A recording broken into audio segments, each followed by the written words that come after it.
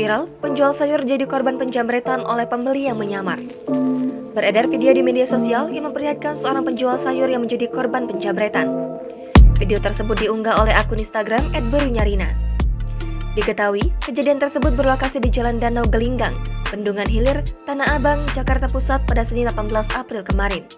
Dalam video yang terekam dari kamera CCTV tersebut, terlihat dua orang di pinggir jalan bersama sebuah gerobak sayur. Yang satu seorang wanita bernama Sularmi sebagai penjual sayur, dan satunya lagi si pelaku terlihat sebagai seorang pembeli. Dalam melancarkan aksinya, pelaku menggunakan sepeda motor hitam yang berpura-pura layaknya menjadi seorang pembeli dengan meminta diambilkan 2 ekor ayam.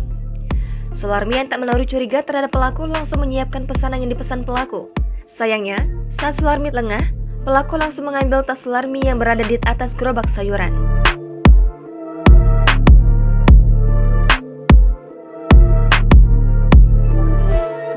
Terlihat Sularmi sempat berupaya mengejar dan mengambil tasnya kembali, namun pelaku berhasil melarikan diri. Berdasarkan deskripsi unggahan, ditemui pada Selasa pagi, Sularmi mengaku mengalami kerugian hingga jutaan rupiah. Lantaran di dalam tas tersebut terdapat uang hasil berjualan, 1 unit telepon genggam, serta buku catatan hutang.